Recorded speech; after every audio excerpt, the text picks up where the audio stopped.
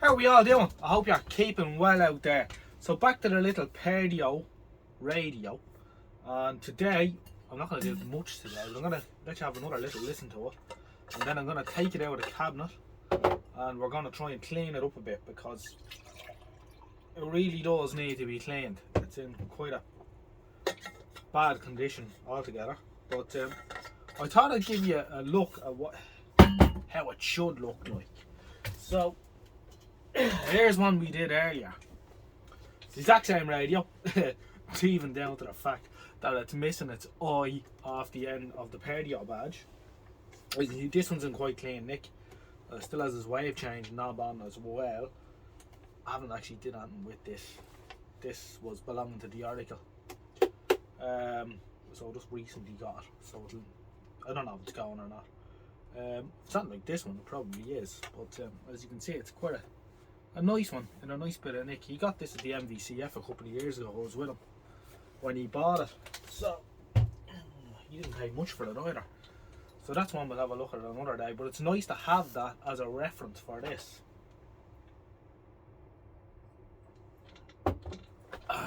So I just gave the wave change switch a bit of a clean, and I have it on band 2, shortwave 2, which is 4 megahertz up to 10 megahertz, and it's very sensitive. So I'll just switch it on here. And I suppose we should bring the camera in to have a look at it. And we'll just have a quick listen around before then I'm going to take the chassis out of the cabinet to bring in the shell and give it a quick clean. I think I can't really see through the perspex because it's that dirty, but I think the pointer is missing as well.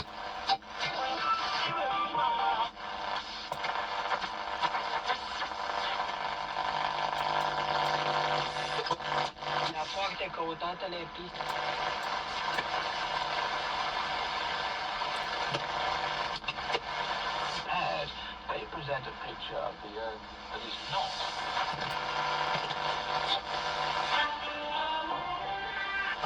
It's really sensitive. It's only on its little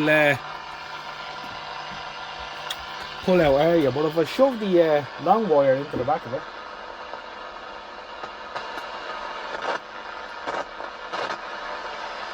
as well, and I don't know if it's picking up the fluorescent light there a bit. It's probably picking up a bit of rubbish around the place, but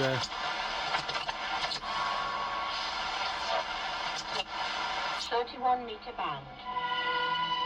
World's last chance radio, preparing a people for the Saviour's soon return. well, he's gonna come and take us all.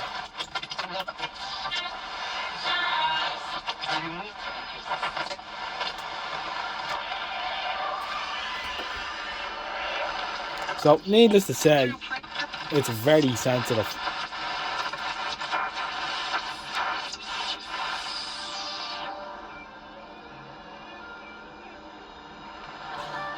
It will be interesting to see how it will compare to the Eddystone EC10, because I think while the EC10 has a far more rigid construction, which helps with drift, I think the Perdio is just as good. Anyway, we'll knock it off. Takes a while for the electrolytics to draw down.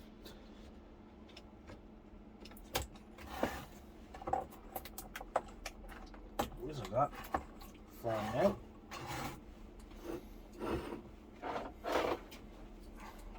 Let's see, I don't think there's much of an ordeal at getting it out of its cabinet.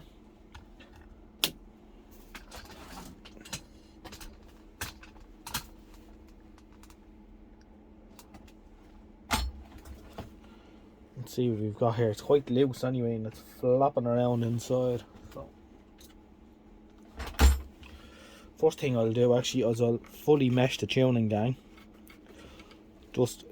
It's a good thing to do if you're working on a radio like this, or any radio really, that has an open gang like this. If you're going to be moving it around and in there, is to fully mesh the gang, just so you can't catch the fins by accident and bend them.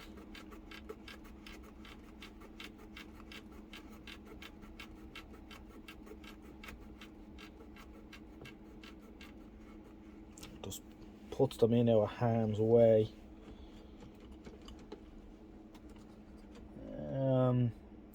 I think it's taken a fall at some stage. One of the posts is broken. Screw in here.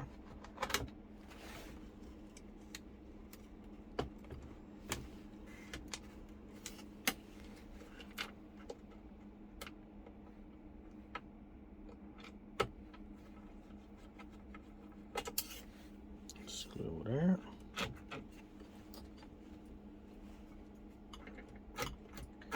Is that it? Is it that simple? Yeah. That's all that's holding it. And the two wires on the speaker.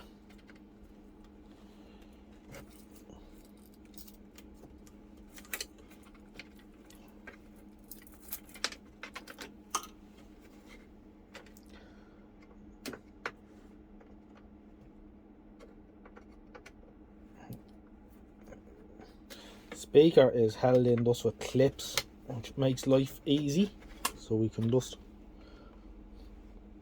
take the speaker out with it.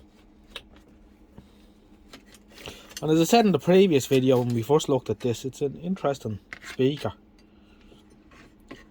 Very nice elliptical speaker. So that's the workings out of the radio.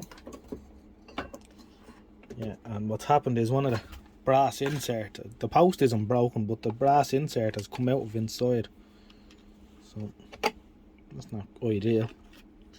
We might be able to do something about that with a bit of luck. What I do when I take something apart like this is I just put the screws back into their holes, and then they're there when you want them. I find if I put screws on the bench here or whatever, or even if I put them into a jam jar or something, I can never put my hand on them when I want them. So you're as well off if you can putting the screws back into their holes. Then when you go to reassemble, they're there for you. And this I came across when I was first looked at it. I'm not quite sure what this is about. Anyway, here is the chassis out. Now, in the previous video, some of you mentioned about AF117 type transistors. That in some radios you've never come across a failure, and others they're guaranteed to be a failure, such as Roberts and Hacker and so on. But in other radios, they never fail. So it leaves me with a bit of a dilemma here. Do I leave these AF types alone, or do I change them? I'm probably inclined to leave them and wait till they fail. Now this radio is not going to be staying with me, but where it's going to end up, it most likely will be an ornament anyway, so it's not going to be an issue. It's a sentimental piece more than anything, and the real deal here is just to try and clean the grime off her,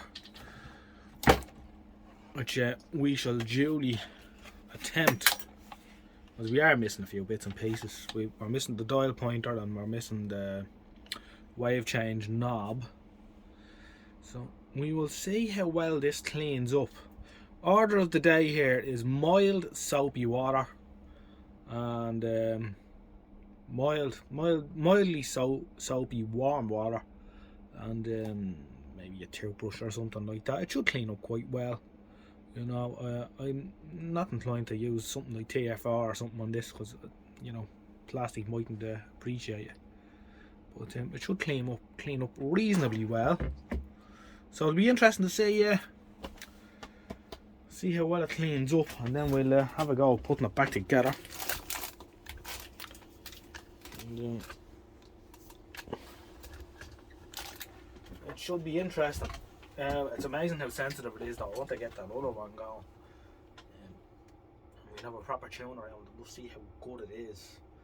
Of course, as everyone keeps commenting, medium wave band is getting quieter by the day. But I have a feeling that when the medium wave band does empty out, it's going to leave a lot of room for lads with Jolly Roger flags. And more power to them. Because nobody else is interested in the band, so let the people use it that are interested in it.